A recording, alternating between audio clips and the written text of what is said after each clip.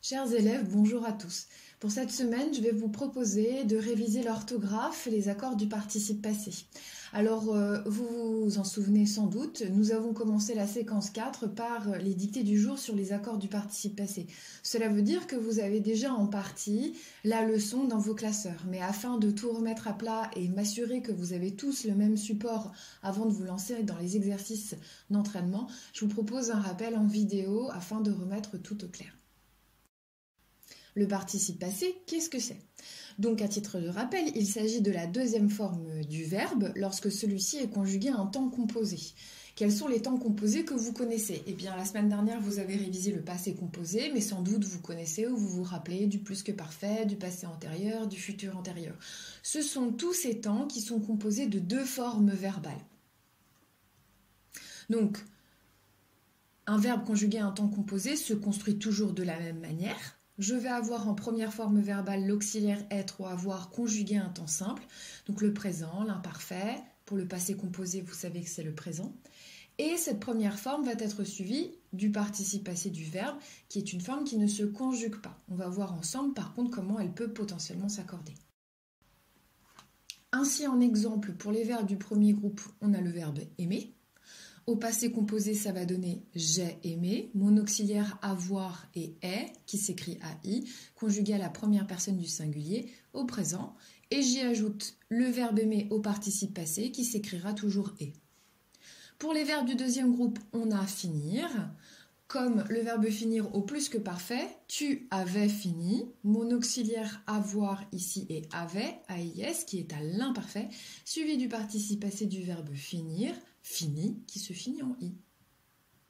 Et enfin, en exemple du troisième groupe, vous avez le verbe vouloir. Nous avons voulu. Donc là, on est à nouveau au passé composé, puisque mon auxiliaire avoir est conjugué au présent, avons, à la première personne du pluriel, et j'y ajoute le participe passé du verbe vouloir, qui est voulu, qui se termine en u. Le participe passé ne se conjugue pas, mais il peut s'accorder en fonction de certaines règles. Et c'est sur ces règles que nous allons revenir à travers des exemples. Le cas de figure A. Nous avons vendu tout notre matériel. D'abord, je repère mon verbe. Mon verbe dans cette phrase est avons vendu.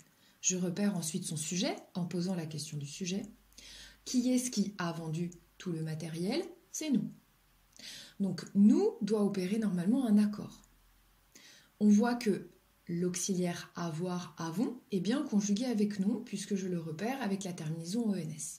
Par contre, le participe passé vendu du verbe vendre est visiblement invariable puisque normalement, si j'avais voulu avoir un accord, j'aurais dû avoir quelque chose comme vendons au ENS avec nous, ou bien si je voulais marquer le pluriel, j'aurais dû avoir un S à vendu, ce qui n'est pas le cas.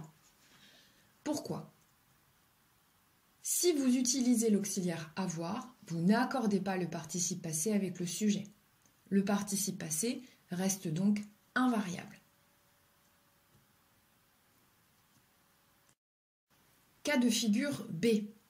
Elles sont parvenues à finir les travaux à temps. Je me pose toujours les mêmes questions. Où est mon verbe? Mon verbe est sont parvenus, j'ai bien deux formes, je suis bien en temps composé.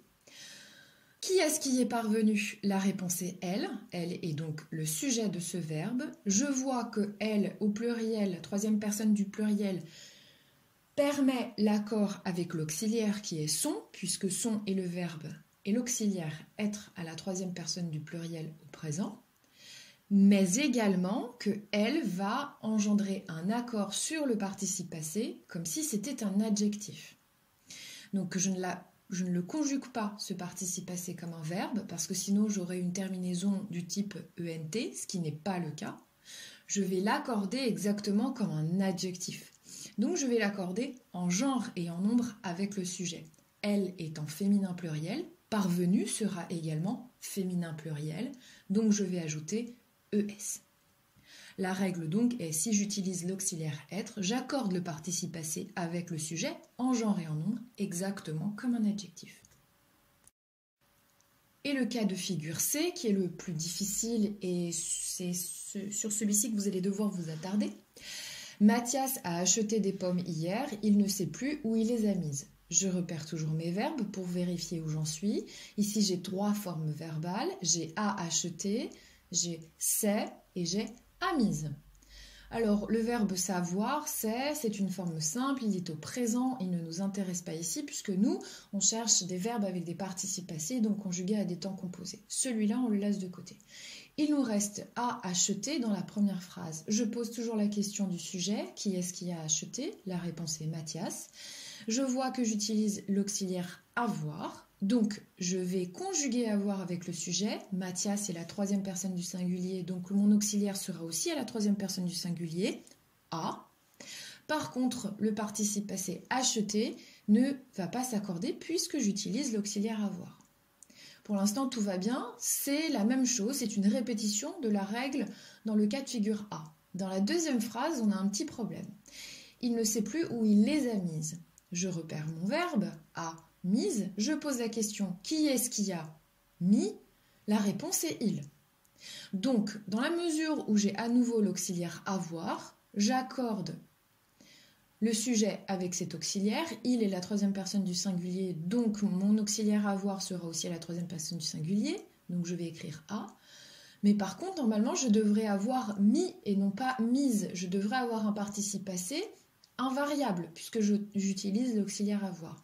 Mais ici, il va se produire quelque chose d'étrange. On va accorder le participe passé avec un autre mot. On va l'accorder avec le COD de cette phrase, lorsque le COD est placé avant l'auxiliaire avoir. Donc normalement, on n'accorde jamais un COD avec un verbe, on accorde toujours le verbe avec le sujet. Donc ici se produit quelque chose d'étrange, une forme d'attraction du COD sur le participe passé. Maintenant, la question est, est-ce que vous savez repérer le COD et est-ce que vous comprenez ce qu'il signifie, c'est-à-dire à quel genre et quel nombre est ce COD? Donc, on va revenir sur cette identification-là. Je pose ma question du COD. Je pose la question, qu'est-ce que? Qu'est-ce qu'il a mis? Ma réponse est les pommes. Sauf que dans cette phrase, je n'ai pas les pommes. Les pommes, elles sont dans la phrase précédente, mais moi je sais, parce que j'ai lu la phrase précédente, qu'il est en train de parler des pommes. Ça veut dire que dans la deuxième phrase, il y a un petit mot qui représente, qui reprend le nom pomme. Je n'ai pas d'autre solution que les. Il les a mises. Qu'est-ce qu'il a mis? Eh bien les pommes. Donc je sais que les représente les pommes. Or, les pommes, vous savez tous que c'est féminin pluriel. Donc les, dans la deuxième phrase, est aussi un féminin pluriel. Je vais donc accorder le participe passé avec ce COD qui est féminin pluriel. C'est pour ça que mettre, le participe passé du verbe mettre, est au féminin pluriel. Mise s'écrira ES. Donc il va falloir être vigilant pour cette règle-là, à repérer le sujet et le COD, et vérifier s'il est placé devant. Vous remarquez que le COD, quand il est placé derrière, comme dans la première phrase, ne permet pas de faire un accord. Lorsqu'il est placé avant l'auxiliaire avoir, il fait l'accord avec le participe passé. Donc en récapitulatif, c'est un cas particulier. Si le COD du verbe est placé avant l'auxiliaire avoir, je dois accorder le participe passé avec ce COD en genre et en nombre. Exactement comme si c'était à nouveau un adjectif. Je vous laisse en rappel les 3 règles à retenir. Si j'utilise l'auxiliaire avoir, je n'accorde pas le participe passé avec le sujet. Si j'utilise l'auxiliaire être, j'accorde le participe passé avec le sujet en genre et en nombre. Et si le COD du verbe est placé avant l'auxiliaire avoir, je dois accorder le participe passé avec ce COD en genre et en nombre. Voilà, je vous laisse relire, vérifier tout ceci et passer aux exercices d'entraînement qui figurent dans l'application exercice ou si vous n'avez pas la possibilité d'accéder au module exercice sur l'ENT, vous pouvez également prendre en pièce jointe les exercices que je vous ai fournis et les remplir. C'est exactement les mêmes exercices mais en format papier. Bonne semaine et bon courage à tous.